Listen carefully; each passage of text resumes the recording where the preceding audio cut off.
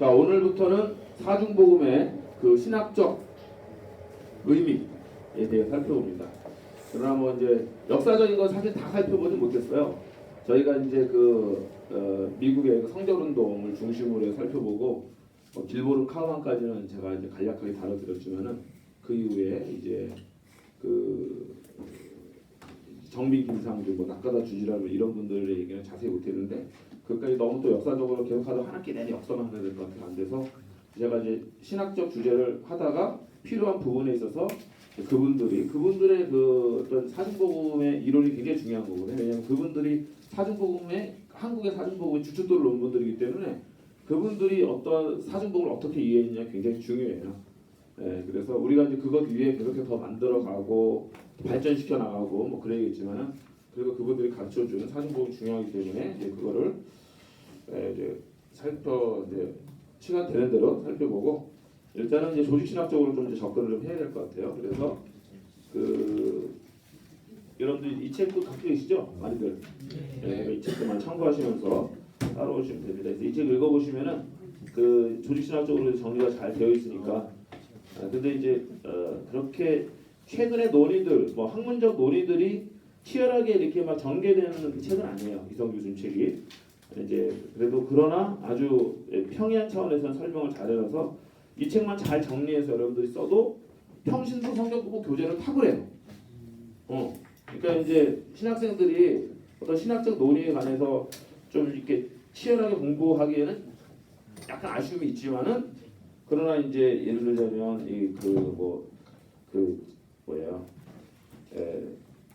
교회에서 평신도들과 함께 성경 공부를 할 때 이 책만 잘 여러분 요약하셔도 훌륭한 그 성경 공부 교재가 하나 나옵니다. 사중부 교재 보세요. 예를 들어 중생의 필요 왜 중생해야 되느냐? 그러면은 여기 하나님 나라를 본다.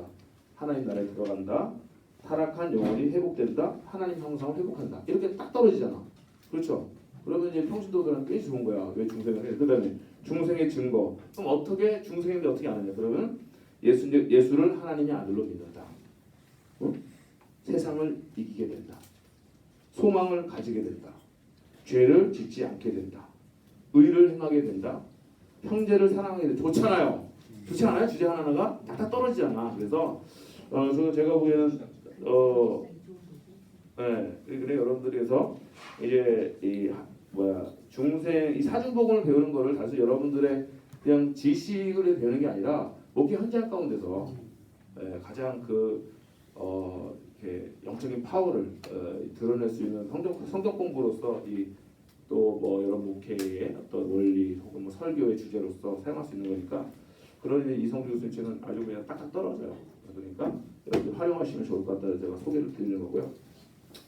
그러나 여러분들은 평신도가 아니고 신학생이기 때문에 여기에서 이제 좀 더 신학적인 이제 논의들을 이제 할 수 있어야겠죠. 자, 오늘은 이제 그 중생을 할 겁니다. 중생의 신학. 근데 중생론만 해도 이제 특별히 이제 우리가 여기서 다루는 거는 복음주의권 안에서의 중생론인데 이거를 다루려면 신학의 어떤 그 전제를 좀 이해를 해야 돼요. 왜냐하면 중생론 자체도 이게 칼빈주의, 웨슬리, 알미니아, 페라 이런 모든 신학적인 논쟁의 한 중심에 서 있는 교리가 사실은 중생 교리예요. 그건 이제 제가 강의를 하다 보면 여러분들이 이해하실 거고 그리고 또 하나 이제 우리가 신학을 하면 생각해야 될 게 신학적 순환 논리라는 게 있어요. 신학적 순환. 이거는 폴틸리도 이야기하고 누구나 다 사실 신학적 순환을 벗어나기가 어렵습니다. 어떻게 보면 불가능하죠. 신학적 순환이 있고 논리의 순환이 있는 거예요. 그러니까 논리학적으로 보면 논리의 순환이 있고 신학적으로 신학의 순환이 있는데 이게 그러니까 theological circle이라고 하는데 이 신학적 순환이 무슨 말이냐? 이거는 철학에서는 이 파운데이셔널리즘하고 관련이 있어요. 이거를 이제 철학에서 토대주의라고 해요. 토대주의. 파운데이셔널리즘. 그 누구나 어떤 논리, 철학, 이론 이런 것들을 전개할 때 반드시 토대가 있다는 거예요. 토대가 없이 출발할 수가 없어. 그렇죠? 그러니까 예를 들어서 우리 기독교의 토대는 하나님이 살아계시다. 이게 일종의 어떤 우리의 삶과 또 신학과 이런 거에 토대가 되는 거예요. 그렇죠? 토대가 돼서 세상을 해석하고 그것이 또 이제 하나님의 살아계심을 증거하게 되고 이게 신학적 순환이라고 하는 거예요. 그러니까 우리에게 있는 것은 예를 무신론자들은 신이 존재하지 않는다가 그 삶의 철학일 수가 있어요. 토대가 될 수 있고 모든 사람은 토대가 있다는 거야. 뭐 어떤 사람 이성을 토대로 삼든 우리는 성경을 토대로 삼잖아요.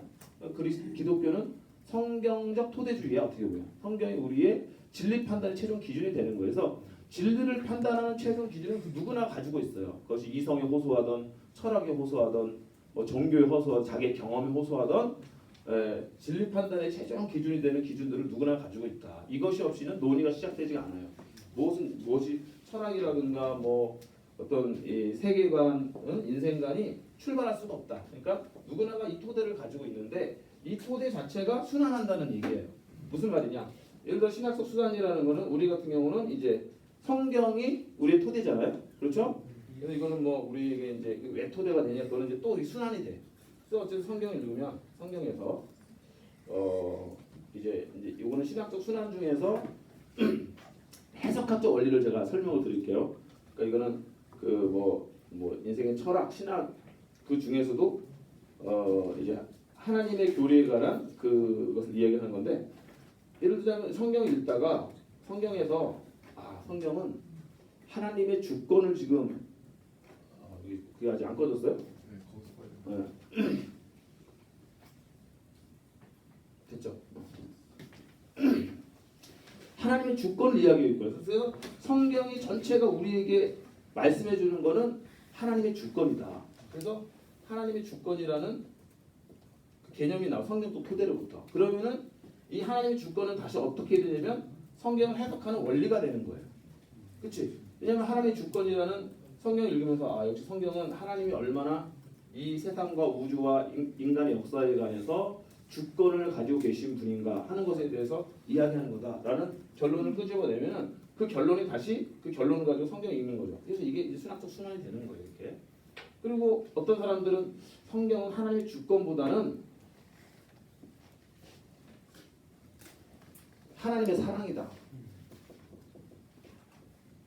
그러면은 다시 사랑의 관점으로 성경을 읽게 되죠. 뭐 여기는 안 하요. 그래서 뭐 이게 또 성경 읽으면 하나님의 나라의 관점, 하나님 나라가 역시 성경 이야기 하나님 그래서 그걸 이렇게 읽는. 그래서 이게 순환이 그래서 하나님 나라 관점으로 성경 읽게 되고 이렇게 되는 거죠. 어떤 사람은 뭐 좀 좁게 얘기하면 아까 주권 얘기했지만 그 주권의 하위 개념이 예정이거든요. 그럼 예정으로 읽는다. 예정으로 읽는다. 그러면은 그러니까 성경 읽다가 하나님 모든 것을 예정하셨다. 인간의 구원에 예정하셨다 생각하면 그것도 예정으로 성경 읽게 되고 계속 이렇게 이제 신학적 순환이 있다. 그러니까 이거는 이제 거의 예외적인 케이스가 없이 이런 신학적 순환에서 벗어나기 어려운데 근데 이제 그 발전할 수는 있어요. 이 발전하는 게 스파이럴이라 스파이럴. 나선형이라는 거 아세요? 나선 운동? 네, 그 나선 운동. 돌아가면서도 계속 발전하는 거. 거기서 2차원이 아니라 3차원이죠. 아닌가? 4차원인가? 3차원. 그렇죠? 여기서만 계속 도는 거는 이게 2차원적이잖아. 발전이 없잖아요. 근데 스파이럴 운동은 우리나라로 나선 운동이라고 그러나? 나선 운동 이렇게 하면서 발전하는 거예요. 그래서 어떤 분은 우주의 모든 원리는 이 나선의 원리로 돼 있다.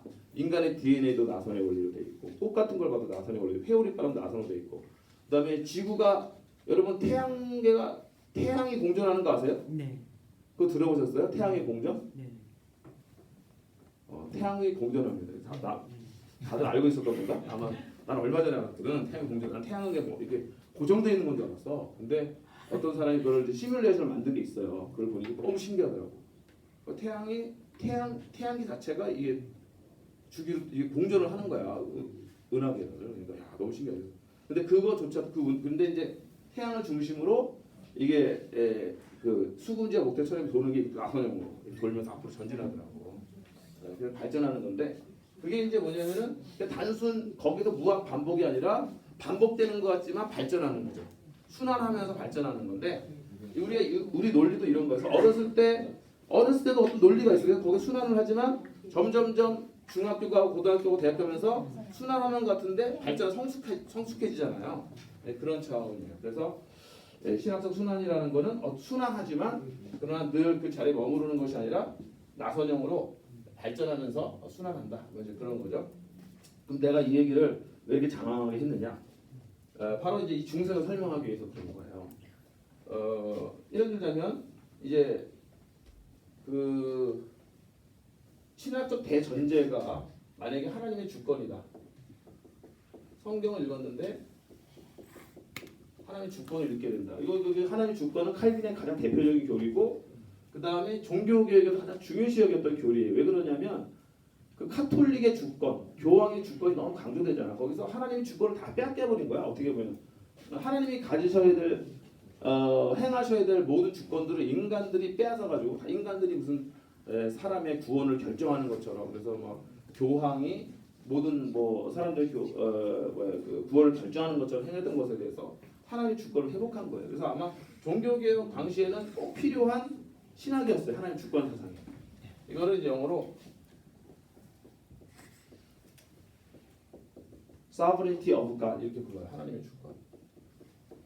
sovereign 하면 이제 그 주권이다. 그래서 하나님의 주권인데, 자 하나님의 주권이라는 거는 이거 제가 조지시장 시간에 할 수도 있어요. 기억나시는 분 있을 수도 있는데 하나님의 주권. 그 주권이 있다는 거는 무슨 의미냐면 주권이 있으면 작정할 수 있는 거예요. 그래서 또 조직실의 신론에서 중요한 게 하나님의 작정 교리예요. Decree of God.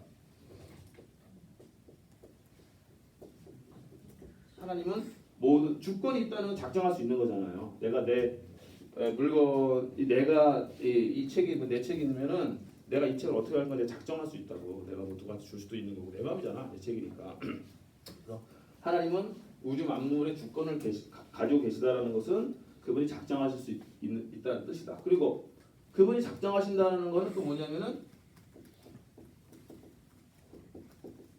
오디네이션은 미리 정하신다는 뜻이에요. 하나님이 작정한다는 건 우주 만물에 일어날 모든 일에 관해서 미리 정하실 수 있다.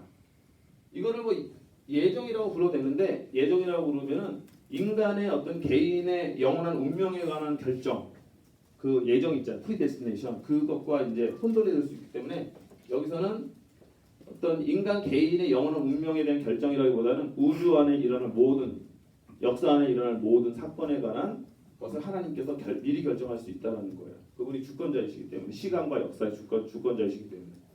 그리고서 이제 하나님이 미리 정하신 사건 속에서 인간의 개인의 영원한 운명에 관한 결정하시는 사건을 바로 우리가 너무도 잘 아는 프리데스티네이션, 예정이라고 부르는 것이죠.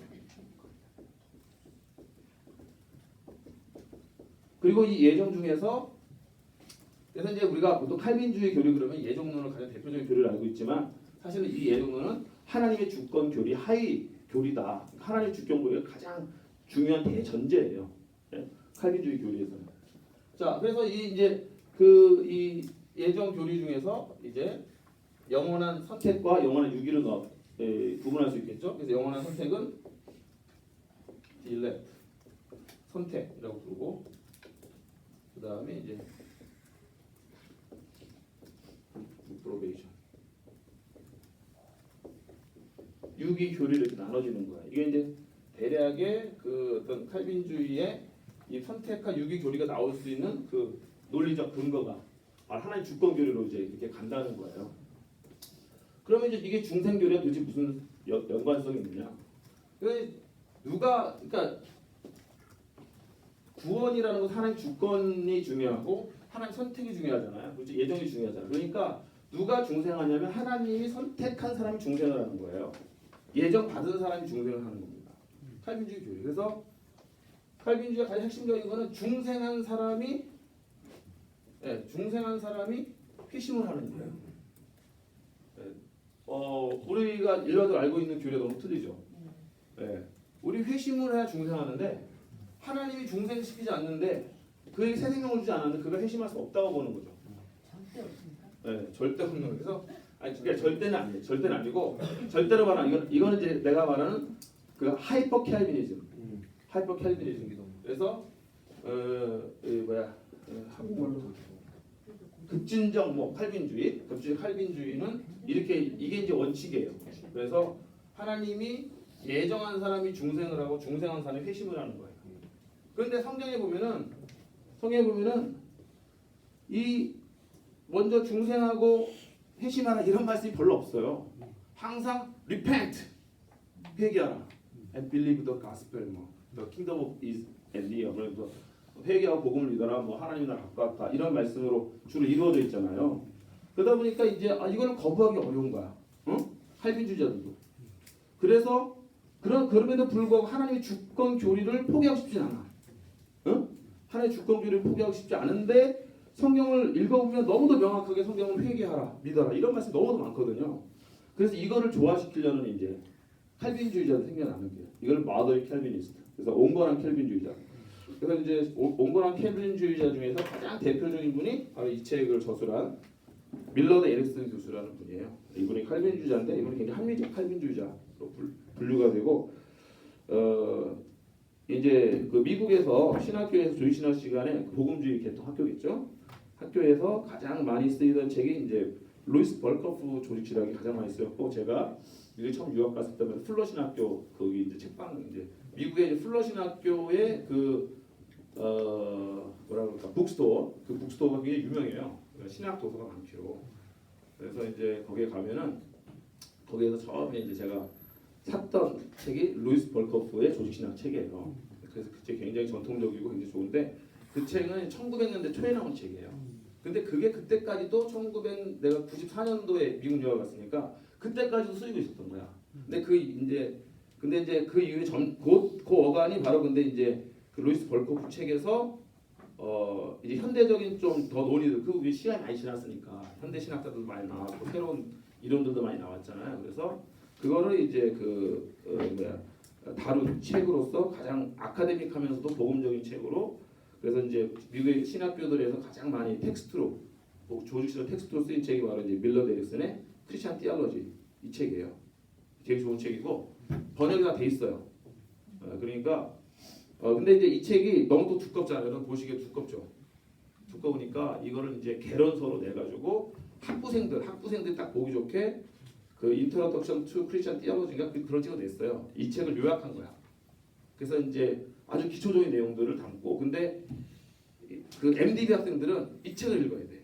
거기 너무 기초적인 내용들이라 가지고 그 기초적인 내용들 넘어서 논쟁적인 내용들은 그 책이 다루질 않아요 거의. 그래서 잘 이해가 안 되는데 이 책을 이제 읽으면 이래서 이렇게 이제 주장하는구나 이제 알게 돼요. 그래서 좋은 책이어서 제가 소개시켜 드리니까 그 밀러드 에릭슨의 조직신학 책은 한번 누가 언제 검색을 해보세요. 그럼 아마 이 우리나라 거로 3권으로인가 번역이 됐을 거예요. 상중하고 크리스천 다이제스트가 어디서 번역을 했어요. 우리 나와 있으니까 그 여러분들이 일평생 여러분들이 소장하고서 늘 시간 날 때마다 펴볼 수 있는 궁금할 때 펴볼 수 있는 가장 좋은 책 중에 한 책이니까 제가 강력하게 추천하거든요.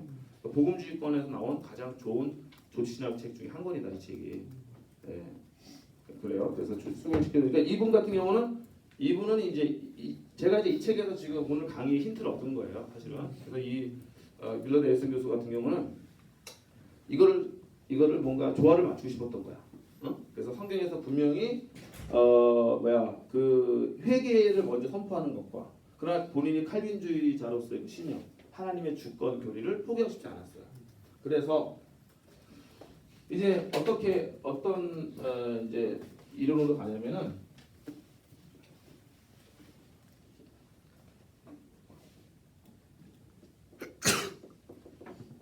콜링의 개념을 도입을 해요. 콜링, 하나님의 부르심, 소명이라고 그러죠. 콜링. 근데 콜링에는 두 가지 종류의 콜링이 있어요. 제너럴 콜링과 스페셜 콜링. 일반적 부르심과 특별한 부르심. 그래서 제너럴 콜링은 우리가 일반적 부르심, 그다음에 스페셜 콜링은 특별한 부르심이라고 보죠. 자, 성경에 보면은 일반적 그 부르심에 대한 말씀이 있습니다. 제가 한번 읽어볼게요. Come to me, all you who are weary and burdened, and I'll give you rest. 자, 이게 어디 말씀일까요? 마태복음 11장 28절. 수고하고 무거운 짐진들아 다 내게로 오라. 내가 너를 쉬게 하리라. Call, come to me. 그래서 이거는 일반적 부르심이죠. 다 부르는 거잖아. 하나님이 누구나 다. 그 다음에 이사야서 45장 22절 보면은 땅의 모든 끝이여 내게로 돌이켜 구원을 받으라. 나는 하나님이라 다른 이가 없느니라 이렇게 말씀하시면 땅의 모든 끝이 다 하나님께 나와라 이렇게 이제 말씀하는 것입니다. 그래서 성경에 보면은 뭐 이거 외에도 이건 하나의 그냥 단적인 예로 보여드린 것이고 일반적 부르심에 대한 그 하나님의 우주적 부르심에 우주적 초청에 대한 말씀들이 많이 나와요. 그런데 초청했다고 그래가지고 다 구원받는 게 아니야. 그렇죠. 하나님 초청하시는데 이 초청이 구원의 효력을 발생시키지는 않는 거예요. 하나님이 다 초청했다고 이 세상에 모든 사람이 다 구원받는 게 아니잖아. 그러니까 성경에도 보면 이렇게 청함을 받은 사람 많지만 택함 받은 사람 적다 이런 말씀도 어디 마태복음 22장 14절에 보면 For many are invited but few are chosen 그래가지고 이제 청함을 받은 사람 많지만 앞에 청함 받은 거는 이게 이제 일반적 부르심 다 부르신 거야. 하나님은 그야말로 누구나 다 구원받기 원하시기 때문에 다 부르셔. 근데 문제는 하나님이 부르셨다고 일반적으로 부르셨다고 다 구원받는 것이 아니기 때문에 일반적 부르심은 구원의 효력을 발생시키지 않는다. 그러면 하나님의 구원의 효력을 발생시키는 부르심은 뭐냐? 그 부르심이 스페셜 콜링이다 이거예요. 그래서 이거를 이제 우리가 다른 말로 이거는 효과가 있는 거야. 반드시 이 부르심은 구원을 발생시켜요. 구원의 효력을 발생시키는 부르심이야. 이 부르심에는 실패가 없어요. 자, 그걸 그래서 이걸 스페셜 콜링을 다른 말로 이펙추얼 콜링이다 이렇게 부르는 거예요. 아니면 더 어려운 efficacious calling 이렇게 부르는데 effectual이란 말이 이제 그 효과가 있는 뭐 이런 뜻이잖아요. 그래서 결과가 되어지는 뭐 이런 뜻이에요. 그래서 effectual calling 이거를 무슨 effectual calling 아니 한국말로 효과적 부르심 따라하고 있습니다. 시작. 효과적 부르심. 효과적 부르심. 유효한 부르심. 그것도 좋은 번역이에요. 유효한 부르심, 효과적 부르심. 그래서 이 부르심은 반드시 구원에 대해서 유효하고 효과를 발생시키는 거야. 그래서 이제 그 효과적 부르심이 있는데 하나님이 이제 예를 들어 이제 이것이 구원에 관해서 꼭 연관성이 없더라도 이제 이 세상의 모든 것다 내게 오르라 수가 다 내게 이렇게 말씀하시지만 또 이 특별한 부르심이 있어요. 이거는 뭐냐면 삭개오를 부를 때 삭개오 같은 경우도 이제 어떤 한 명 내게로 와라고 또 바울 사도를 부를 때 이렇게 나눠지는데 여기서는 꼭 그러한 어떤 예수님이 제자들을 한 명 한 명 부르셨다든지 이러한 것도 이제 스페셜 콜링에 속해요. 그러나 여기서 스페셜 콜링은 구원에 관련된 스페셜 콜링을 의미하는 거다라는 거죠. 자, 그래서 이제 이 스페셜 콜링이 있는 건데 이 스페셜 콜링은 반드시 구원의 효력을 발생시킨다라는 거예요. 그래서 이제 많은 이 사람들이 이 칼빈주의의 이 스페셜 콜링은 웨슬리안의 선행적 은총 사상과 엄청나게 닮아 있다라는 거예요. 이제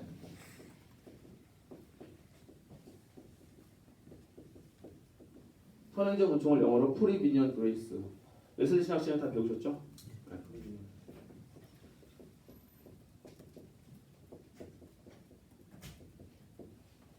하여튼 여러분들 전공이기 때문에 무조건 영어로 알아둬야 돼요. 내 전공은 어디서 영어로 나오더라도 내가 전공인데 그걸 이해 못하면 안 되잖아요. 그러니까 제가 영어로 쓰는 거를 이해를 해주시고 신학생이니까 평신도 아니니까 할렐루야.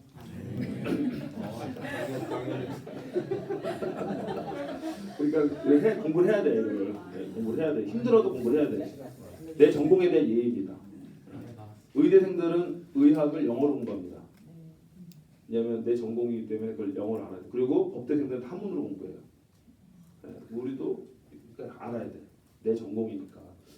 신학 내가 지금 의학 용어 가르쳐 드리는 것도 아니고 법 영어 신학 용어잖아 다. 나는 의학 용어도 모르고 법 용어도 몰라요. 오직 신학 용어도 몰라요. 자, 그래서 선행적 은총인데 그 어떻게 보면 선행적 은총은 있잖아요. 이 두 가지를 다 포함하는 것 같아요. 일반적 부르심과 이 효과적 부르심을 다 포함하는 거야. 왜냐하면 선행적 은총이라는 것은 선행적 은총의 가장 핵심의 개념이 뭐냐면은 free for all, free in all이에요.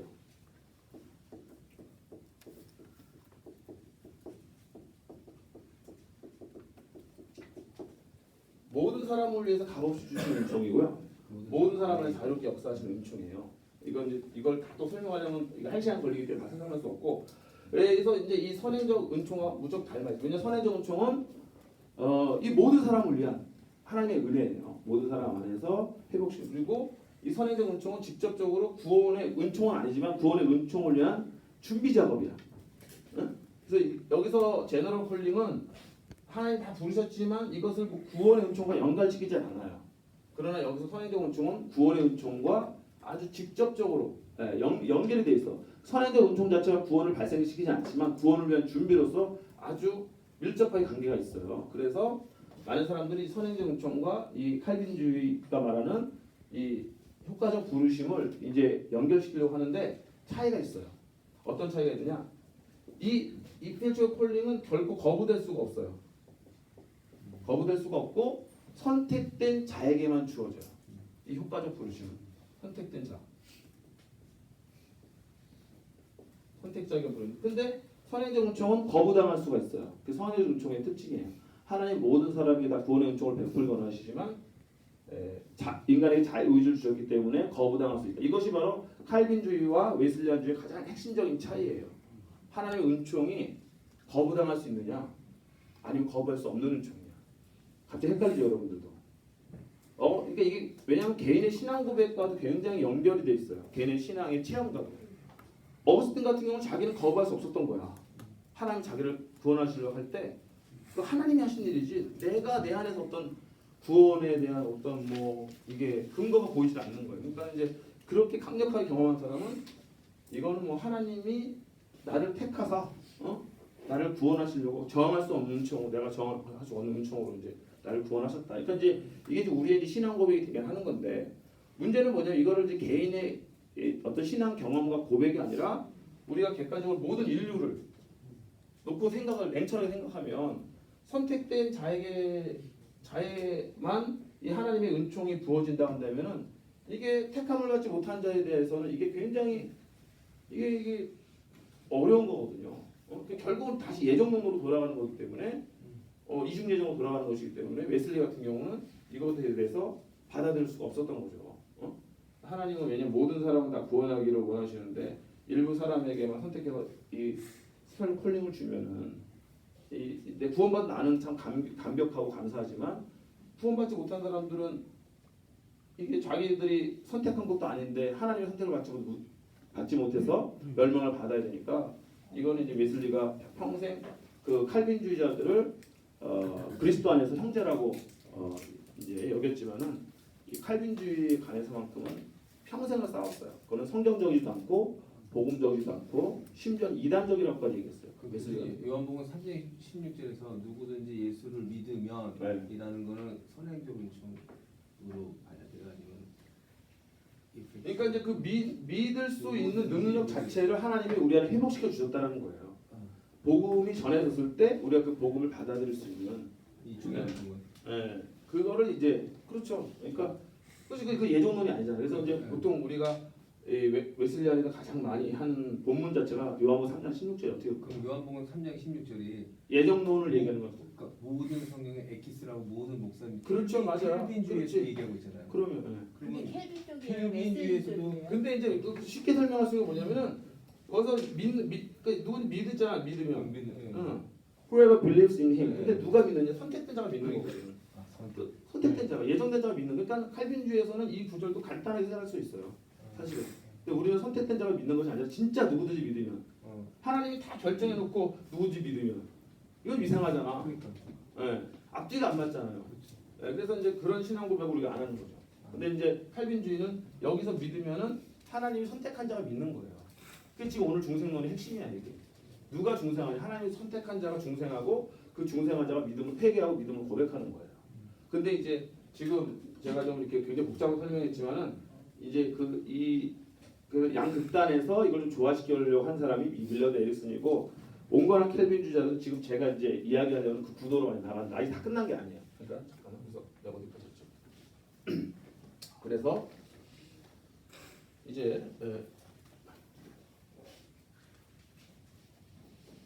그럼 교수님 모든 성경의 핵심 토대는 켈빈 사상에 깔려 있습니다.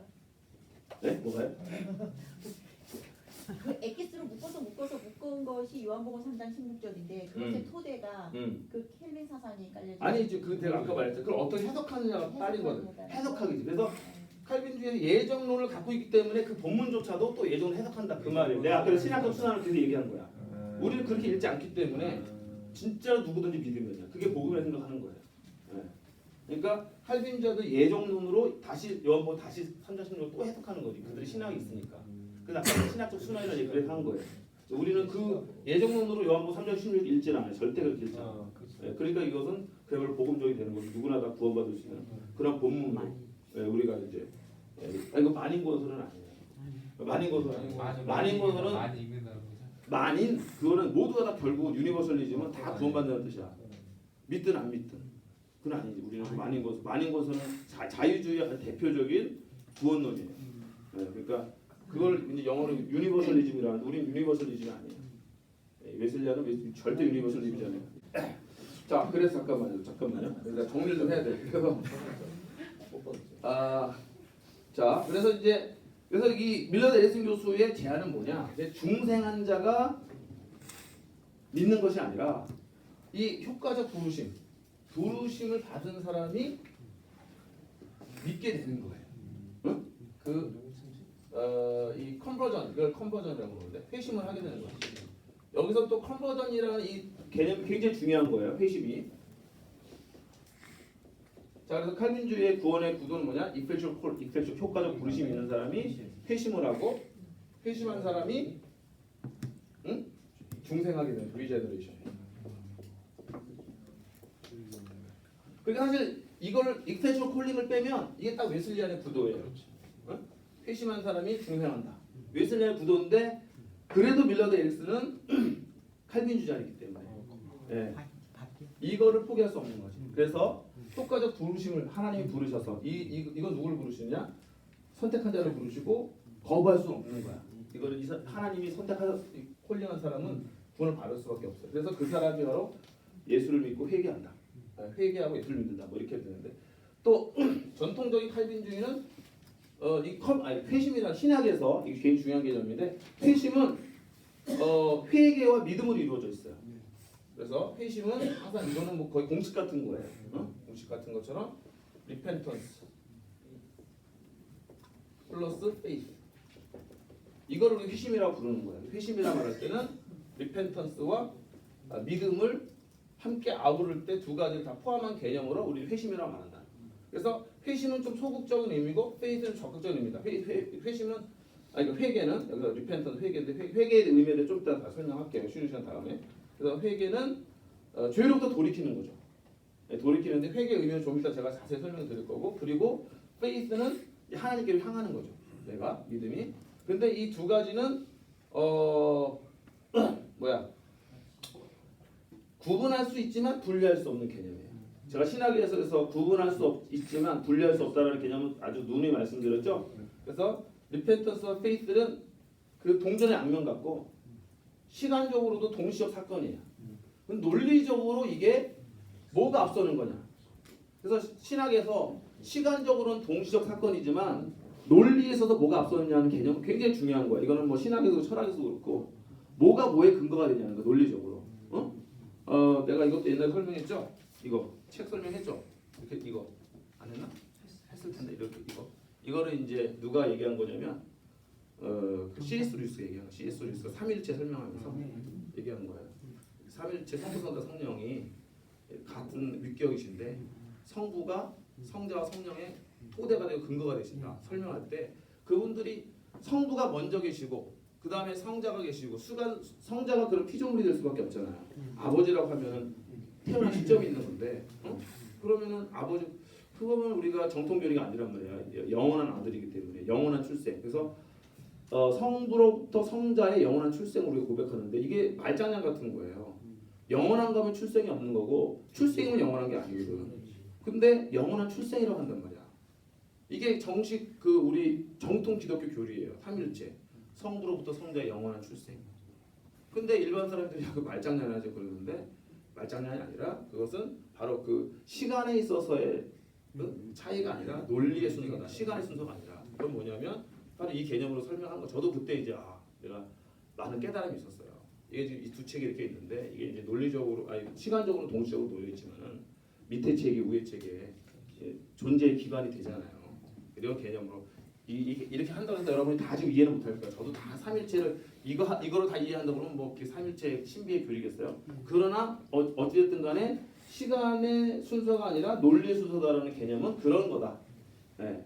논리가 뭐가 더 이제 기초가 되고 우선이 되느냐. 그래서 그러니까 회개와 믿음은 동시에 사건이지만 이제 정통 칼빈주의는 이 믿음이 먼저예요.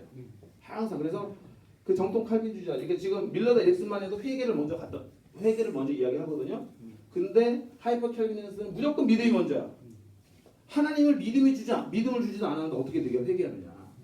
믿음이 있어야 회개하는 거지. 근데 하나님 누구한테 믿음을 주냐면 선택한 자에게 믿음을 주고 그 믿음이 있는 사람이 회개하는 거예요. 그게 원래 정통 칼빈주의의 구원의 순서예요.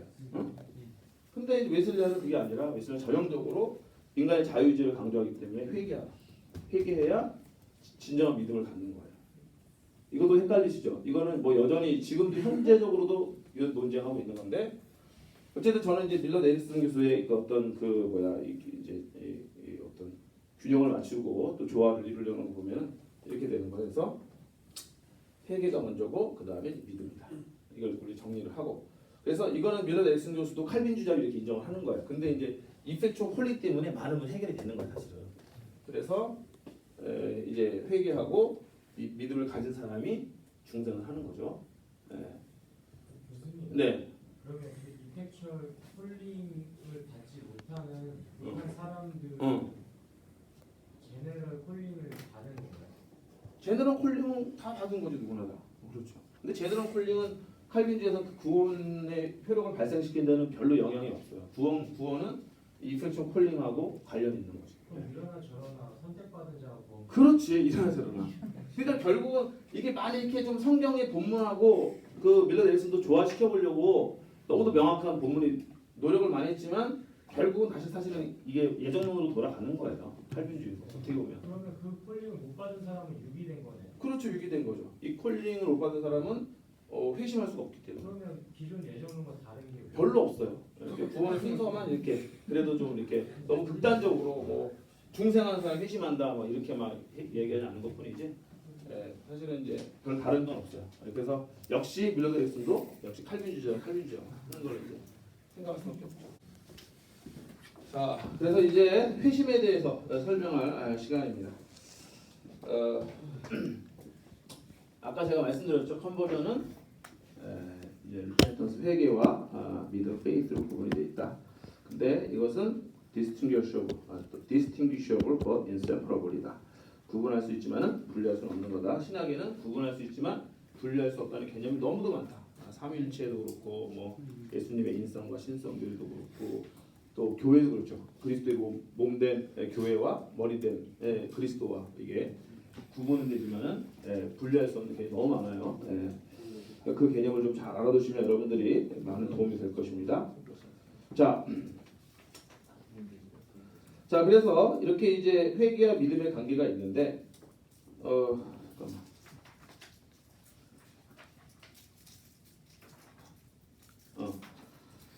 웨슬리는 어떻게 생각하냐면 회심은 그래서 이제 이 컨버전이 중생을 일으키는 거잖아요. 이게 이제 웨슬리안의 구도인데 그래서 웨슬리 같은 회심은 신생 혹은 중생의 선행 조건이다. 회개하고 믿어야 된다. 그러면 하나님이 구원하시고 변화시키실 것이다. 근데 칼빈은 이렇게 생각합니다. 만일 모든 사람이 진실로 죄인이라면 전적으로 타락하고 하나님의 은총에 반응하기에 무능하다면 아무도 먼저 중생하지 않으면 회심할 수 없다. 그러니까 영적으로 죽어있고 무능하고 전적 타락했는데 하나님 먼저 그를 살려주지 않으면 그가 회심할 수 없다는 거죠. 그래서 회개와 믿음은 인간의 능력이 아니라 하나님의 선물이다라고 보는 것입니다. 자, 그래서 이제 그런 차원에서 이제 이 칼빈과 웨슬리의 어떤 이 중생론의 구분이 생겨난다는 것이죠. 자, 그렇다고 한다면 이 회개를 먼저 우리가 살펴봐야 되는데 회개는 불신자가 죄로부터 돌이키는 것을 회개라고 우리가 보통 부르고 믿음은 그리스도께로 향하는 것이다. 회개와 믿음은 한 가지 사건에 대한 두 가지 측면입니다. 회개와 믿음은 다른 하나가 없으면은 불완전한 것입니다. 예, 난 회개만 했어. 말이 안 되죠? 믿지 않아. 이건 말이 안 되는 거야. 근데 또 이제 진정한 믿음이라는 건 회개를 기반으로 해야 됩니다. 회개 없는 진정한 믿음은 존재하기 어렵다는 거죠. 서로가 이유가 되고 서로에 의해서 움직여지는 겁니다. 예. 자, 그래서 우리가 죄를 깨닫고 그것으로부터 돌이킬 때 우리는 그리스도의 의를 공급받기 위해서 그리스도께로 향해야 될 필요를 알게 된다. 그래서 내가 진심으로 회개했으면 이제 내가 그리스도께로 향해야겠구나. 그분으로부터 내가 공급받아야겠구나 하는 것을 이제 깨닫게 되고 그 필요를 알게 되어서 그리스도를 향하게 된다는 것이죠. 그리고 그리스도를 믿는 것은 우리로 하여금 죄를 깨닫게 하고 회개를 이끈다. 어쨌든 이러한 상호적 측면이 있습니다. 그리고 회심의 시간적 측면인데 회심의 시간적 측면에서 다양하다. 주로 이제 회심은 즉각적으로 이루어지죠. 즉각적으로 이루어지는 것을 우리가 이제 볼 수가 있는데 또 어떤 경우에는 이제 아주 오랜 시간에 걸쳐서 이렇게 되는 경우도 있는데 근데 어쨌든 중생이라는 것은 어떤 한 시점이기 때문에 그가 거듭나는 것은 보통 우리가 이제 회심은 시간적으로 봤을 때는 그 순간적인 경험으로 우리가 이야기를 합니다. 자, 리펜턴스 먼저 살펴보면 그 리펜턴스의 히브리어에 두 가지가 있어요.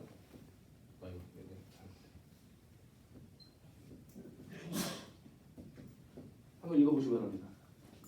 나함, 이게 나함. 이게 내가 좀 잘못 썼는데 이게 이거죠 이거. 누군 나함. 나함이라는 게 있어요. 이 단어가 이제 그 히브리에서 회개, 후회 이런 거를 의미하는데 하나님께서 후회하셨다 할 때 쓰였던 단어가 이 나함이에요. 근데 이제 이 사람에게 이 나함이라는 단어가 쓰일 때는 주로 그냥 과거에 대해서 그냥 감정적 후회를 하는 거야. 내가 왜 그러지 말까. 이런 거 있잖아. 근데 그것이 어떤 도덕적 모럴 디시전, 도덕적 결단을 이끌어내진 않아요. 단순히 내가 왜 그랬지? 이런 거 있잖아. 그냥 단순한 후회, 그러지 말걸. 그래서 이제 나함이라는 단어는 주로 이제 감정적 회개를 의미할 때 많이 쓰였다. 그렇다고 한다면 우리가 조직 신학에서 쓰는 그 회개라는 단어는 수부라는 단어입니다. 수부. 자,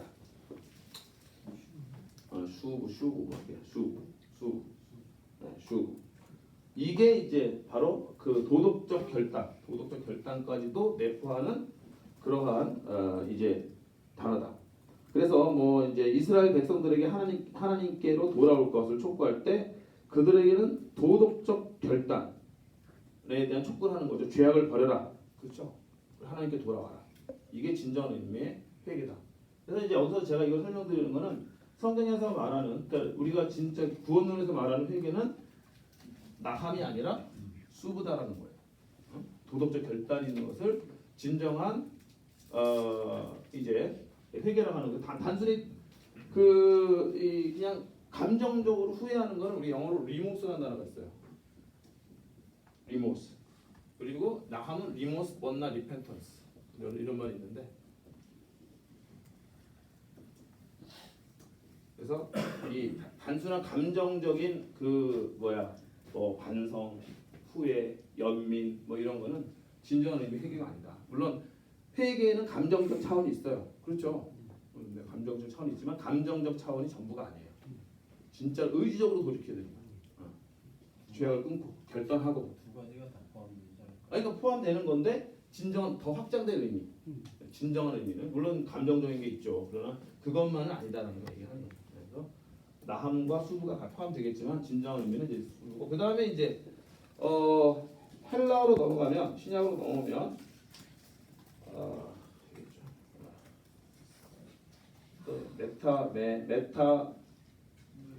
메타메로마이. 오늘 또 헬라어까지 나오네. 자, 이 메타메로마이라는 단어인데, 이 메타메로마이가 헬라어로 하면 리모스 같은 거예요. 성경에서 이렇게 이제 또 감정적 후회를 하는 건데, 단순히 그래서 이제 여러 가지 비유가 있어요. 두 아들의 비유가 있고, 가룟유다의 후회가 있고, 가룟유다의 후회가 이 메타메로마이예요. 후회는 했지만은 도덕적 결단을 통해 새로운 삶을 되지 못했잖아. 그냥 끝나고 말았잖아요. 그래서 메테바라가 내가 왜 그랬지? 예수님 내가 왜 팔았지? 응?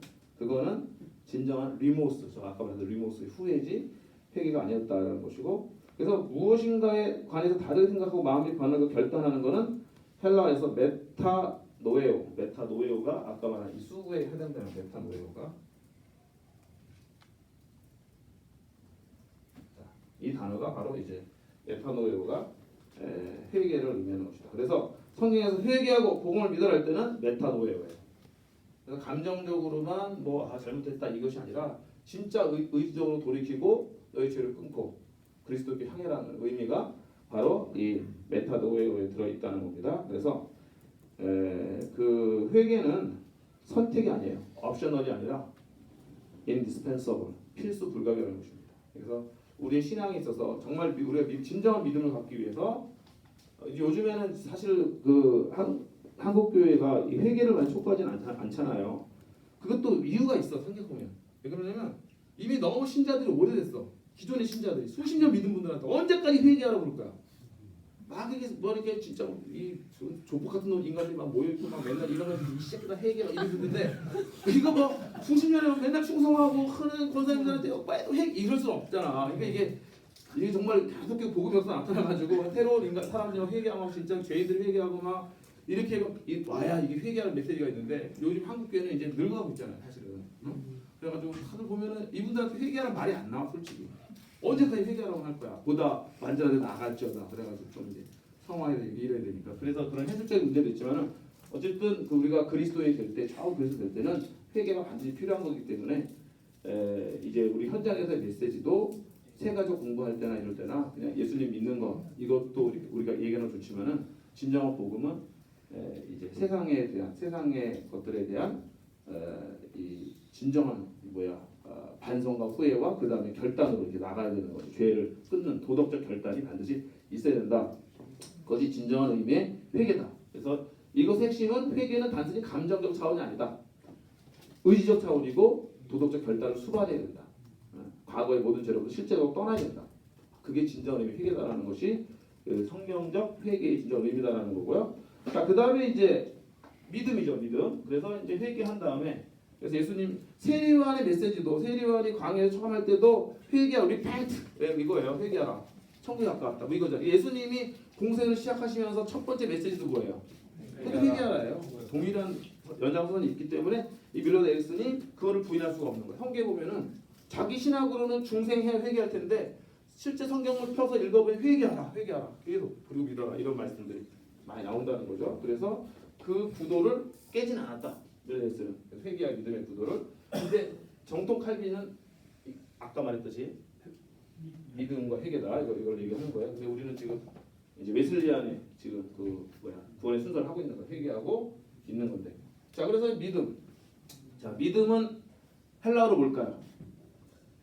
이거 피스티스. 우리가 이거는 다른 거 몰라도 피스티스는 알고 있어야겠죠. 피스티스. 자, 이게 이제 믿음이라는 뜻입니다. faith. 그렇게 성경이 말하는 믿음은 뭘까? 믿음은 어떠한 그 요소로 구성이 되어 있을까? 이게 이제 신학자들의 이제 숙제였죠. 믿음이라고 정말 뭐냐? 그래서 이제 우리가 전통적으로 그 개몽 웨슬리 시대 18세기 정도까지 하더라도 많은 사람들이 믿음이라는 거는 억셉트하는 거다. 내가 받아들이는 거다는 거죠. 받아들이고 동의한다. 뭐 두 가지가 다. 그래서 이제 영어로 동의한다는 어센트고 받아들이는 억셉트하는 거잖아요. 그래서 이제 내가 여기인데 받아들이고 동의하려면 전제가 있어요. 내가 받아들이고 동의할 대상이 있어야 될 거 아니야. 지식이. 그래서 날리지. 그래서 믿음의 가장 기초적인 요소는 날리지예요. 응? 지식이 있어야지. 그러니까 내가 만약에 지식이 없는데 무조건 믿는다. 그럼 이걸 냉종이라고 하는 거야. 광신. 그렇죠? 이게 지식이 있어야 돼. 한 가지 예로 뭐냐면 결혼할 때 내 남편 될 사람 근데 여기 학부에서 얘기해주면 좋은데 저희 다 대학을 결혼하셔가지고 이미 좀 때늦은 감이 있는데 결혼 안 하다 흔들어봐요. 결혼 안 하다. 그래도 꽤 되네. 그래 얘기합시다. 그 결혼하려면은 내 남편 될 사람과 아내 될 사람에 대해서 지식이 있어야 돼. 알아야 돼. 그래야 사기 결혼은 안 당합니다. 지식이 있어야 돼. 그래서 근데 이제 지식까지만 가면은 그와 진정한 믿음이 아닌 거죠. 그래서 어쨌든 지식도 굉장히 믿음의 중요한 요소 중에 하나예요. 내가 그분을 알면 알수록 사랑하게 되잖아. 하나님에 관한 지식은 사실은 그분을 더 사랑하게 하는 거예요. 그래서 단순히 지식이라는 것이 무슨 수학 공식, 영어 이런 지식이 아니야. 하나님을 아는 지식이 더 깊은 지식이잖아. 안다는 거는 성경에서 야다라고 너무 잘 알잖아. 그렇죠? 그냥 지식적인 알미 아니라 존재로서 알아가는 거잖아. 부부가 서로 아는 것처럼 그렇게 아는 거잖아요. 그렇기 때문에 이 지식이라는 건 굉장히 중요한 겁니다. 지식이라는 단순히 지식 이럴 게 아니라 내가 그리스도를 더 알아가면 알아갈수록 하나님을 더 알아가면 알아갈수록 그분을 사랑할 수밖에 없는 그런 지식이에요. 그래서 이제 J.I. 패커가 쓴 그 하나님을 아는 지식인가? 같은 뭐 그런 책이 있어. 응? 하나님 그 책 굉장히 좋은 책이야. 그런 책을 읽으면 와, 이 하나님을 알아가는 것이 이렇게 정말로 막 놀라운 거 막 기쁨이 넘쳐나고 막 그분을 더 사랑하게 되는 그런 지식이에요. 그래서 그런 지식을 소유하게 돼서 정말 그렇습니다. 그리고 이제 여기서 지식 중에 가장 중요한 건 믿음에서 우리가 복음이죠. 하나님의 사랑의 절정이 복음이니까 복음을 모르면 하나님의 사랑을 알 수 없는 것이죠. 그리고 하나님을 온전히 알지 못하는 거예요. 하나님이 살아계시다 뭐 하나님 존재 2차원이 아니야. 믿음이라는 건. 그거는 마귀가 더 잘 알아. 그렇죠? 그 어디 나와요? 어디 무슨 어디에 뭐 네가 하나님의 뭐 사랑을 믿느냐 뭐 마귀도 믿고 떠든다 뭐 이런 말씀 나오잖아요. 그래서 여기서 말씀하신 복음은 어떤? 여기서 말하는 복음은 십자가의 복음, 십자가의 전단자. 그게 복음이지. 할렐루야. 그 이제 예수 그리스도 복음이 예수 그리스도의 복음이 이것이 이제 이 지식이 있을 때 이것이 우리가 동의하는 거죠. 아 그렇습니다. 정말 주님이 예수님이 나의 주님이십니다. 나의 구원자이십니다. My Lord, My Savior, My Lord.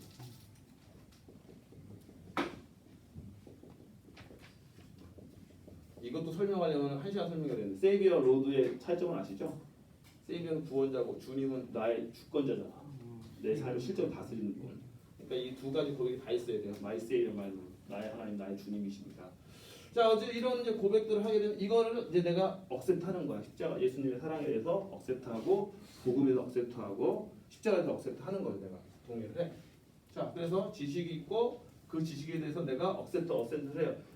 웨슬리가 올더 스케이트 경험을 하기 이전까지는 여기까지였어. 옥스포드는 아주 지성주의잖아. 그러니까 이제 내가 예수님에 대해서 알고 성경에서 말하는 것을 내가 동의하면 나는 믿음 있는 사람이다. 나는 피스티스가 있다. 이렇게 생각하는 거예요. 그런데 우리가 너무 잘 아는 그 이제 시몬즈를 타고서 조지아주에 선교하러 갈 때 거기서 태풍을 만났는데 자기 너무 두려운 거야 죽을까봐. 그런데 한쪽에서 어떤 사람들은 찬양하면서 막 너무 고요하게 막 있는데 저 사람들 누구냐 그랬더니 그 사람들이 모라비안이었다. 그래서 그 사람들한테 믿음을 물어보니까 믿음이라는 거는 단순히 지식에 대한 동의가 아니라 네가 한 가지 빠진 거야. 웨슬리가 가장 결정적으로 한 가지가 빠져 있었어. 그게 뭐냐? 신뢰, 트러스트. 그래서 이제 여기까지가 진정한 믿음의 의미예요. 트러스트까지. 내 삶을 진짜로 맡기고 나를 던지는 거지 그분한테. 그래서 어떤 순간에도 두려워하지 않는 거. 그래서 여기서 트러스트 같은 경우는 웨슬리의 얘기를 하면은 웨슬리는 어떤 순간에조차도 하나님을 신뢰해서 믿었냐면 죽음의 순간에조차도 죽음이 공포가 아닌 거야. 죽음은 그리스도인에게서 죽음은 공포가 돼서는 안 돼. 그 순간에서라도 하나님 신실을 믿는 거예요. 그 왜 그랬냐면 웨슬리가 이제 그래서 나중에 진정한 믿음, 진정한 피스티스의 조건으로서 시금석으로서 the fear of death. fear of death. 죽음의 공포를 이야기했어요. 죽음 앞에서 네가 두려워하느냐? 그러면 온전히 하나님 신뢰하는 게 아니야. 왜 그러냐면 자기가 그랬지. 자기 경험이 그랬잖아. 죽음의 공포 앞에 너무 두려워했거든. 죽음 앞에서 너님 두려웠던 거야. 하나님 믿는다 하면서도 진정한 나에게 이 피스티스가 없었구나. 하나님을 깨닫게 되는 거죠. 그래서 나중에 웨슬리 여기에 대해서 많이 설교도 하고 이제 설교도 쓰고 이야기를 많이 해요. 그래서 이것에 대한 논문도 있어. 웨슬리가 이 죽음에 대한 공포와 믿음을 어떻게 연결시켰느냐 자기 경험에 비추어서. 그래서 우리가 진정 우리의 믿음이 어디까지 가야 되냐? 죽음 앞에서도 두려워하지 않는 두려워하지 않고 하나님 신실하신 믿는 것. 여기까지 가야 그게 진짜 믿음이다. 이게 시금석이 되는 거야. 내가 정말로 내가 구원의 확신이 있고 내가 하나님 신뢰하는데 죽음 앞에서 벌벌 떤다. 이거를 과연 진정한 믿음이라고 할 수가 있어. 진정한 피스티스를 할 수가 있어. 이 사람은 혹시 어센트 혹은 억셉트에서 수용한 복음을 수용한 것에서 그친 것은 아닐까? 이렇게 생각이 되는 것이죠. 근데 교수님 보통 사람들이요 네. 자기 죽음 앞에서는 음. 뭔가 그게 불안해하죠. 그렇지. 그러니까 그걸 훈련을 해야 돼. 우리가 거의 그 지점까지. 믿음이 없는 게 아니라 믿음이 적은 거죠. 그렇죠. 믿음이 없는 거죠. 근데 음. 그 사람이 막상 자기가 간다고요. 그렇죠. 맞아요. 그래요. 그러니까 이제 인지상정이 이제 죽음을 두려운 인지상정인데 우리가 믿음의 훈련을 통해서 이제 단 이 지점까지 가자는 게 진정한 그 믿음이라는 것이 단순히 감정적인 차원이 아니다라는 것을 또 보여주는 거예요. 믿음이 얼마나 놀라운 건지. 그러니까 이것도 이게 보면 사실 저 정도까지 가야 되는데. 그러니까 할렐루야 합시다. 자, 그래서 이제 여기까지가 대략 이제 도시시작적인 내용이고, 그래서 이제 이 믿음을 가진 사람이 어떻게 되는 거야? 이제 중생하게 된다. 리제너레이션. 다시 이쪽으로 이렇게 와야 될 것 같아요. 분량이 모자라서 이쪽 오는 거야 이렇게. 자, 그래서 이제 저 가진 사람이 이제 우리가 리제너레이션 하게 되는 거죠. 복음을 믿고 회개하고 복음을 믿은 사람을 하나님께서는 이제 중생하시는 거예요. 그래서 또 여기서 또 중요한 거는 중생 회심도 마찬가지예요. 여기가 이제 제가 이제 컨버전 다음에 중생이다 이렇게 얘기를 했는데 이것도 시간적으로는 어떨까요? 동시에 사건이에요.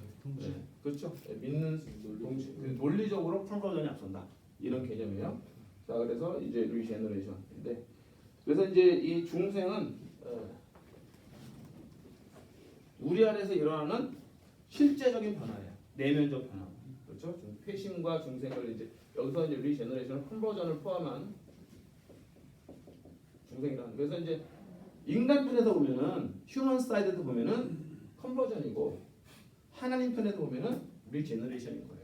그를 중생 새롭게 태어나게 하시는 거니까. 그래서 이거는 휴먼 사이드, 이거는 디바인 사이드. 그래서 하나님 우리 인간 편에서 우리가 컨버전 했지만은 하나님 편에서 볼 때 우리를 중생케 하시는 거기 때문에 그래서 이제 이 중생이라는 거는 정말로 내면적인 변화다. 내면적. 그래서 이제 여기서부터 이제 우리가 뭐 신분이 변화되고 이런 거 있어요. 이거는 사실은 이제 칭의예요. 그 칭의는 다음 시간에 할 거예요. 오늘 중생이기 때문에 내면적인 변화고 그다음에 실제적인 변화, 액추얼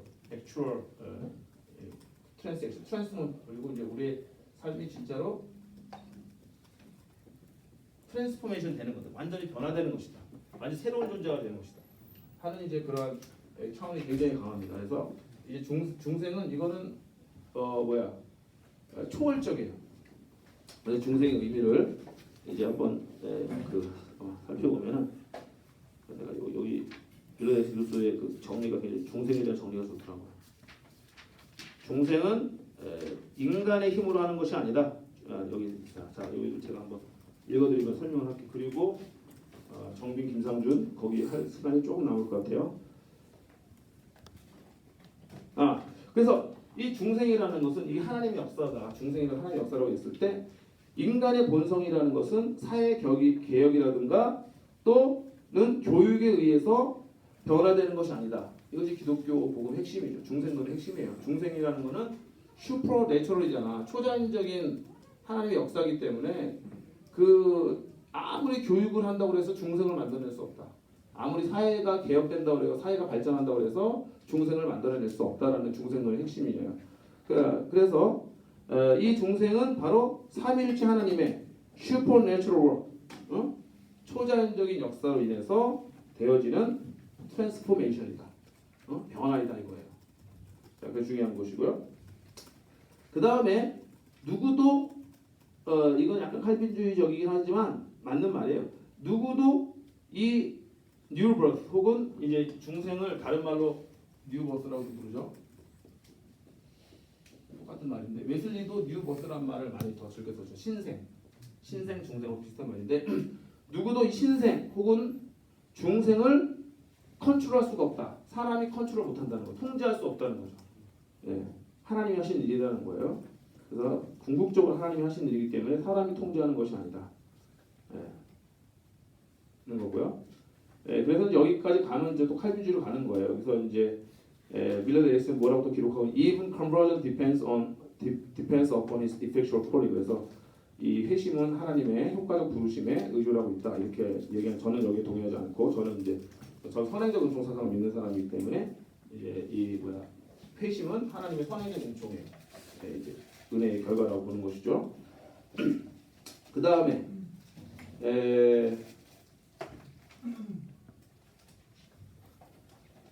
우리를 구원하는 믿음, saving faith라고 하는데 여기서 이제 faith도 faith 어디서 썼지? 여기 pistis 이 faith도 어떤 faith냐면은 그냥 우리가 막연히 faith라고 했을 때 도대체 이게 어떤 믿음이냐? 그러니까 뭐 하나님이 존재한다는 믿음 그런 차원의 믿음이 아니고 우리를 구원하는 믿음이 되려면 그걸 이제 우리가 saving faith라는 말을 써요. 그래서 우리를 구원하는 믿음, 우리를 구원하는 믿음은 이 saving faith는 바른 믿음을 우리에게 요구합니다. 바른 믿음.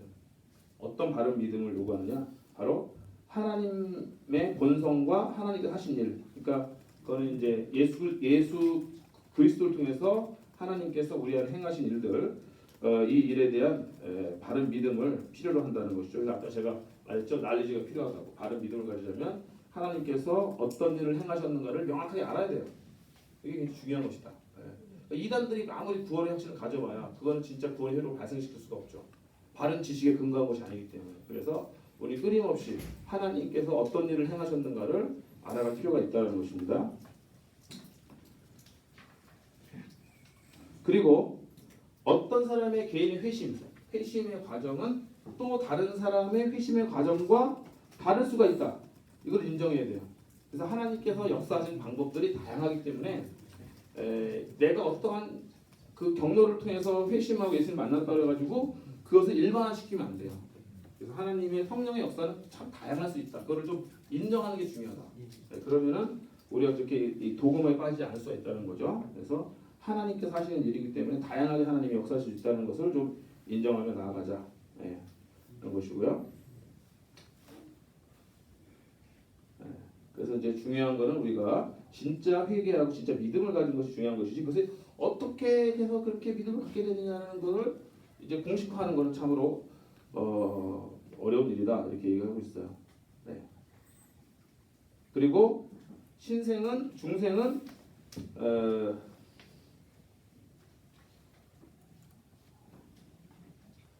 우리가 그 이제 중생할 때 그것을 감정적으로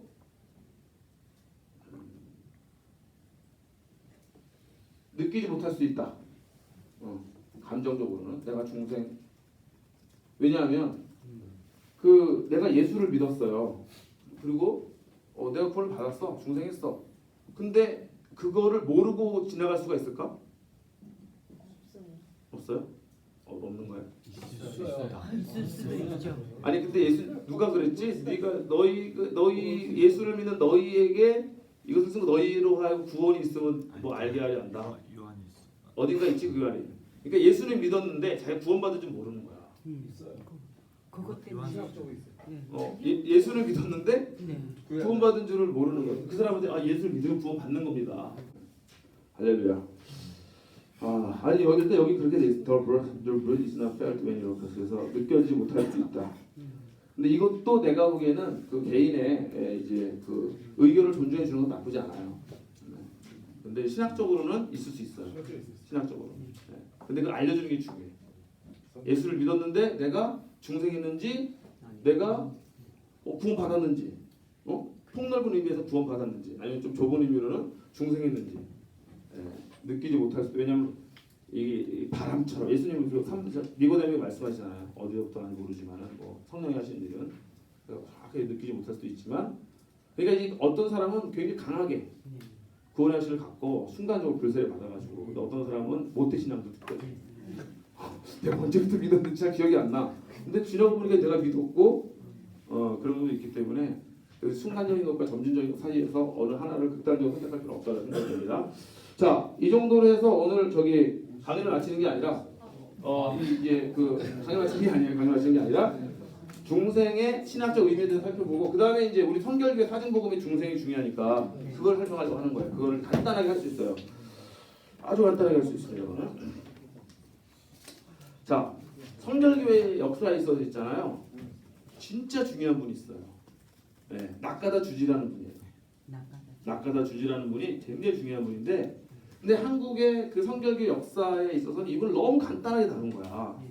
근데 사실 이게 굉장히 어떻게 보면은, 왜냐하면 이제 일제 시대에 또 있었던 일이고, 그러니까 또 우리 이 반일 감정 같은 것도 일본 사람이라는 것에 대한 뭐 여러 가지가 뭐 복합적으로 작용했다라고 생각을 해요. 많은 교회사가들이. 그래서 낙가다 주지 역할을 굉장히 최소화 시키는 거죠. 근데 이제 역사를 이제 정직하게 연구하려는 분들을 보면은 낙가다 주지가 없었다면 한국 성결교는 없어요. 이게 아주 정확한 팩트예요. 물론 하나님께 다른 방법을 하셨겠지만 일단은 그 가정을 보면 그렇다 이거야. 왜 그러냐? 낙가다 주지가 이 사람이 이제 그 어려운 시기에 그러니까 19세기 후반이죠. 1800 이분이 1870년생인가 그래. 1870년생. 그러니까 그 어간에 그 이제 70년생이니까 20대 이분이 미국 유학한 거야. 그러니까 1890년에 유학을 갔겠죠.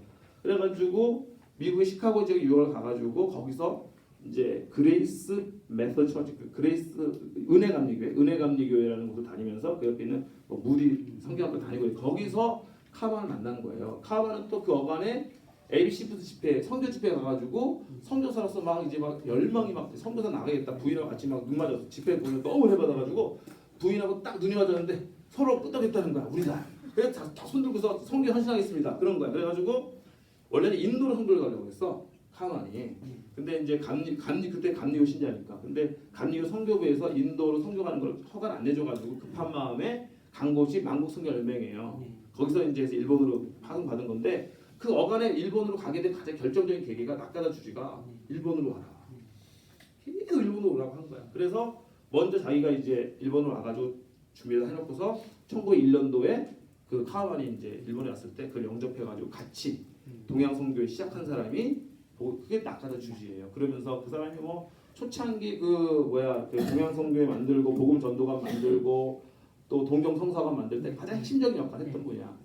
그래서 너무 핵심적이어가지고 오히려 카와만하고 갈등을 일으킬 정도야. 그래서 막 결별도 하고, 너는 뭐 맡아라, 난 뭐 맡는다. 그래서 뭐 한동안은 뭐 예를 들어서 낙가다 주지는 교단 일만 하고, 뭐 카와만은 뭐 전도하는 일만 하고, 뭐 누군 또 신학교 막 사사오 데스타브로라는 사람은 또 신학교 이런 식으로 해서 또 이게 좀 권력 구도를 또 이렇게 재편하기도 막 이렇게 된단 말이에요. 그러니까 얼마나 낙가다 주지가 중요한 역할을 했다는 걸 알 수가 있잖아요.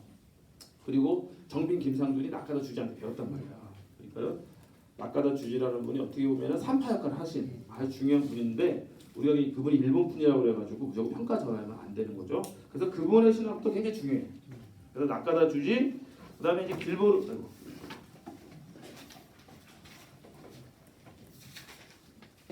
그다음에 이제 길보르이 사중복음이라는 책을 쓰셨기 때문에 그분하고 여기에 보면은 정빈 김상 이분 네 분이 이제 신학이 나와 있어요. 그래서 이 책에 또 이거는 도표로 나와 있는 건데 여러분들이 보시면 일모욕에 잘 돼 있어요. 제가 나중에 시간이 되면은 정리해 놓은 게 있을지도 몰라요. 여러분들 한번 시간 되면 드릴게요. 네. 시간이 안 되면 어떡하지? 아 찍어서? 사진 찍어 올려. 아 그렇게? 오 누가 찍어? 그럼 이따 지금 끝나고 예 끝나고. 자 그래서 요걸 10분 안에 맞춰야 돼요. 자 낙가다 주지는 중생에 대해서 뭐라고 했냐? 잘 들어 키워드가 다 있으니까 잘 들어보세요. 낙가다 주지는 중생에 대해서 영적인 생명을 부여받음, 또한 성령의 사역을 통하여 의롭게 새 사람으로 만들어진 신생을 가리킴. 그래서 이제 낙가다 주지는 신생 신화 이렇게 하나님처럼 되어 있어서 낙가다 주지의 중생론은 많은 면에 있어서 약간 이렇게 성화론하고도 연결이 되어 있고 그 다음에 성령의 사역이다. 명확한 표현이 있죠. 인간이 하는 일이 아니다라는 거예요. 중생은 성령께서 하신 일이다. 이거는 누구나 다 우리 고백이에요. 그러니까 우리가 인간에 반응할 수 있는 능력을 웨슬리안에서 인정한다 그래가지고 그것이 전부 인간의 일이다 이게 아니에요. 성령께서 주도권을 가지시는 거예요. 이니셔티브라는 게 굉장히 중요한 표현이에요. 이니셔티브라는 건 우리나라 말로 이제 번역 주도권이라고 번역을 하지만 주도권이라고만 번역해도 부족해. 이니셔티브라는 다 너무 좋은 단어예요. 그래서 처음 시작하기도 하고 먼저 이렇게 다가가기도 하고 먼저 시작하고 이걸 다 이니셔티브라고 하거든요. 그래서 이니셔티브가 있는 사람이다 이런 얘기를 많이 하잖아요. 그래서 그 성공하는 사람들 7가지 습관이라는 옛날에 아주 베스트셀러 책이 있어요. 스티븐 컵이라는 사람이 쓴 책 혹시 아세요? 그 책에 성공하는 사람들, 그러니까 미국에서 성공한 사람들 많이 이게 조사하고 해봤더니 성공하는 사람들의 첫 번째 특징이 비 이니셔티브야. 주도적인 사람이었다는 거죠. 그런데 이제 어쨌든 간에 이 우리의 중생의 이 역사 사역에 있어서 성령께서 주도적이신 거야. 우리 거의 반응할 뿐이에요. 그것도 우리에게 반응할 수 있는 능력을 주신 하나님의 은혜에 의해서 우리가 반응한 것 뿐이기 때문에 내가 뭘 했다라고 할 수 없는 거야. 예술련도 이게 전적 하나님 분이야. 선행의 은총을 통해 내게 자유 의지를 주신 분도 하나님이시니 그것도 은혜죠. 또 복음을 통해서 나에게 복음을 이렇게 하나님께서 전해 주셔서 나를 반응할 수 있게 하셔서 성령께서 먼저 다가오신 거잖아.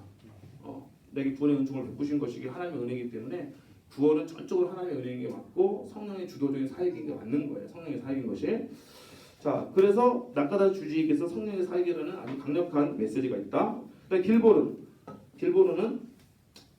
길보르는 나중에 카우만의 친구예요. 카우만한테 전도를 받았어요. 길보르는 미국의 전신국 직원이었을 때 전신국이라고 그러나 맞죠? 전신국 그 포스트 오피스 같은데 옛날에 전보 치는 데 있잖아. 옛날 미국에 옛날 전보 치는 데에서 같은 직원이었고 카우만이 그걸로 굉장히 성공도 많이 했어요. 돈도 많이 벌었는데 이제 동양 선교에 헌신을 한 거지. 동양에 선교를 해야 되는데 어디를 가야 되냐? 일본을 먼저 가야 된다. 일본으로 가야 코리아로 중국으로 가니까 그래서 일본으로 먼저 온 거예요. 그때 카우만과 같이 온 사람이 길보르냐. 그래서 이분들도 어떻게 보면은 굉장히 중요하신 분들이에요. 한국 선교 역사에 있어서. 우리가 이제 장로교와 원더우드, 감리교 앞에 사람 여기까지 하는데 길보르 카우만 아세요? 아무도 모르. 선교교 사람들 왜 누가 알아? 길보르 카우만을. 이분들도 자기 인생 젊을 때의 인생을 다 대한민국에 아니 또 대한민국만 아니지만 동양 선교에 다 쏟아 부으신 분들인데 이분들의 어떤 선교에 대한 이 어떤 평가가 많이 이루어지지 않은 거죠. 너무 모르는 거죠. 이런 분들의 어떤 피와 땀이 다 있는 거예요. 그리고 이분들 뒤에 미국에서 한국 이 선교사들을 지원하면서 했던 많은 성도들의 후원과 기도가 눈물이 다 있었던 거야. 그냥 우리 한국 교회가 이렇게 시작된 게 아니에요. 자, 그래서 근데 이제 카우만보다도 길보른이 신학적으로는 좀 더 정리를 많이 하신 분이야. 그래서 이 길보른이 이제 사제복음에 대한 책도 쓰고 그래가지고 길보른의 중생론이 중요한데, 자 길보른은 중생에 대해서 뭐라고 말했느냐? 구원받아 믿음으로 자범죄에서 사함받고 죄와 악한 교제에서 분리된 신생에 들어가는 것, 그렇게 이야기했습니다. 그래서 여기서 길보른은 중생은 자범죄에서 사함받는 것이다, 이 표현을 한 거예요. 굉장히 또 중요한 표현인데 이걸 또 원죄 자범죄 제가 지금 설명하려면은 5분 안에 못 맞춰요. 그래서 그 다음에 설명하기로 하고, 어쨌든 중생은 자범죄에서 상을 받는 거예요. 그러면 이제 우리가 퀴즈는 원죄는 어떻게 되는 거냐? 이게 이제 우리 그 웨슬리안 구분이 있는 거는 이제 나중에 성결론 할 때 다시 하도록 하겠습니다. 그래서 어쨌든 중생은 자범죄에서 상을 받는 거다 하는 것 굉장히 이제 중요한 개념이에요. 사함 받고 중생할 때 그래서 하나님 우리가 지은 죄를 용서하신다는 개념이 있는데, 용서의 개념은 어떻게 보면은 이 중생의 개념보다는 칭의 개념에 가깝죠. 용서. 왜냐하면 이 죄의 용서는 그래서 이제 그 이따가 나오겠지만 초창기의 그 성결 운동의 그 이제 지도자들은 사실 중생과 칭에 대한 명확한 신학적 개념이 약간은 부족하다고 할 수가 있어요. 지금 현재 신학의 어떤 기준으로 보면은. 그래서 이분들은 칭의를 중생처럼 얘기하고 중생을 칭의처럼 얘기하는데 그걸 묶어 생각했기 때문에 그렇다. 틀린 건 아니에요. 틀린 게 아니지. 우리가 너무 구분하는 건지도 몰라. 지금 현대의 신학이라는 것이 너무 구획화시키고 구분하잖아. 통합적으로 보지 못하고. 근데 사실 동양의 그 장점은 뭐냐면 통합적으로 보는 거예요. 서양의 장점 분석하는 거잖아. 계속 자르고 계속 미분하는 거, 계속 미분시키고. 근데 사실 동양적인 그 어떤 이 신학의 장점은 좀 이렇게 큰 그림으로 보는 거야. 풍경화처럼 전체로. 그러다 보니까 중생과 칭의가 한 그림 안에서 이분들 해결되는데, 이제 서구적인 신학에서는 이것도 또 구분하니까 중생과 칭의를. 근데 우리는 신학을 하기 때문에 이제 신학적으로 구분을 해야 되지만 이분들은 그렇게 막 이렇게 이거를 막 이렇게 명확하게 구분하려고 그렇게 하진 않았다. 그래서 이제 칭의를 중생처럼 표현하기도 하고 중생을 칭의처럼 표현하기도 한 거는 충분히 이해할 수 있는 거라는 거죠. 자, 그래서 길보르는 구원받아 믿음으로 자범죄 사함받고, 사함받았다는 거 굉장히 중요한 표현으로 칭의와 비슷해요. 죄와 악한 교제에 분리된. 그래서 죄와 악한 교제에 분리됐다. 그래서 진정한 뭐예요? 회개가 이 수반됐다는 걸 알 수가 있겠죠. 진정 회개가 꼭 중생이 필요한 거다. 죄와 악한 교제에서 분리된 신생이 들어간다고. 자, 그런 개념이 있고요. 그래서 중요한 개념들이 사실 다 이게 키워드로 다 숨어져 있어요. 정빈은 중생에서 뭐라고 얘기했느냐? 정빈 선생님은 죄인이 구주의 높으신 십자가 공로를 믿어 천국으로 영접함을 받는 일, 죽는 자가 다시 살아남, 이렇게 말합니다. 그래서 정빈에게 있어서 키워드는 십자가 공로예요. 십자가 공로. 네. 그래서 예수 그리스도의 십자가가 중생의 근거가 되는 거죠. 예수님의 십자가 없다고 한다면 우리가 중생의 근거를 찾지 못하죠. 십자가의 은혜를 믿는 믿음 때문에 우리가 중생한 것이기 때문에 십자가 공로라는 개념이 굉장히 중요하다. 자, 마지막 김상주는 선행과 공로가 아닌 믿음으로 말미암아 의롭다 하신 얻음. 이분은 칭의죠. 칭인데 이분은 이제 칭의로 중생을 설명한 겁니다. 그래서 이게 이제 뭐 이렇게 한 분 한 분 이렇게 우리가 살펴보는 거는 이걸 좀 총체적으로 볼 필요가 있기 때문에, 그래서 이런 모든 이 네 분의 이 정의 안에서 키워드들 제가 말씀드렸잖아요. 이런 키워드가 사실은 다 통합적으로 중생론에 관한 아주 중요하고 기초적인 이론들을 우리에게 제시를 해주고 있는 것이기 때문에 굉장히 중요한 것입니다. 자, 그래서 이제 오늘은 이제 중생론까지 어느 정도 이제 살펴봤고, 다음 주에는 칭의론을 좀 하도록 할 테니까 칭의론하고 시간대로 성결론까지 넘어갈 수 있어요. 그래서 우리가 앞으로 몇 주 남아 한 5주 정도 남았을 거예요. 그 안에 이제 재림론까지 조시신학적으로 다 이제 다 훑어보는 게 이번 이제 남은 학기 이제 과제입니다. 자, 질문 있으세요? 질문? 그래서 지금 다음 주는 칭의에 대해서 좀 여러분들이 읽어보시면 좋을 것 같아요. 이 책에도 칭의 있어요. 있으니까 이성조 책에도 칭의론이 있어요.